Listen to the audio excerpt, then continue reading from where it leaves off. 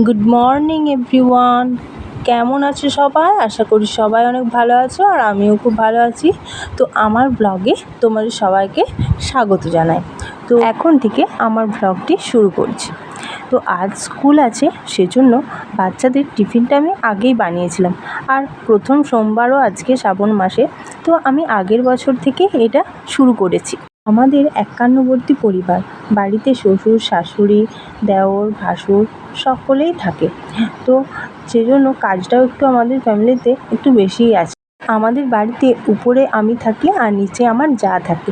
তো আমাদের উপরে 3টে রুম আছে, তো সেইগুলো আমিই পরিষ্কার করি আর আমার জা কাটাকুটি করে দেয়, আমি রান্নাবান্না করি। তো দেখো আমার রুমটা গোছানো হয়ে গেছে। এরপর আমি কুলারটা অনেক দিন ধরেই ইউজ করা হয়নি, সেজন্য একটু নোংরা জমে গেছে, সেটা আমি ভালোভাবে একটু পরিষ্কার করে নিচ্ছি। কদিন বৃষ্টি পড়ছিল এত, সেজন্য আর চালানো হয়নি, কারণ বাচ্চাদের ঠান্ডা লেগে যাবে তাই। দেখো আমি পরিষ্কার করে নিয়েছি আমার কুলারটা। তো এরপর ফলগুলো এনে দিয়েছিল আমার বাবা, মানে শ্বশুর, সেগুলো আমি ভালোভাবে ধুয়ে নেব, সেজন্য একটা একটা করে নামিয়ে দেখছি কি কি এনেছে। দেখছি অনেকগুলোই ফল এনে দিয়েছে। এরপর আমি রুমটা ঝাড়ু দিয়ে দিচ্ছি। আর এদিকে তো আমার মেয়ে আর হাজব্যান্ড উঠেইনি ঘুম থেকে। ওরা তো ওঠে একটু লেট করে, 8টা-9টার দিকে, আর আমিও উঠি, কিন্তু আজকে সোমবার সেজন্য আমি জলদি উঠে গেছি। তো এরপর আমি স্নান করে রেডি হয়ে গেছি পুজো দিতে যাওয়ার জন্য।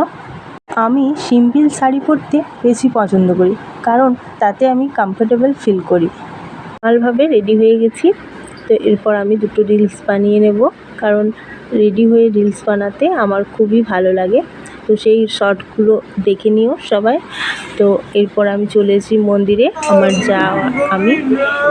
দেখতেই পাচ্ছ অনেক ভিড় আছে, এখন 9টা বাজছে, তবু অনেক অনেক ভিড় হয়েছে।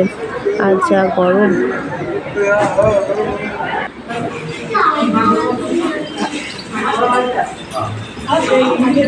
এরপর আমি পুজো দিয়ে চলে এসেছি। তো বাই সবাইকে, দেখা হবে নেক্সট ব্লগে।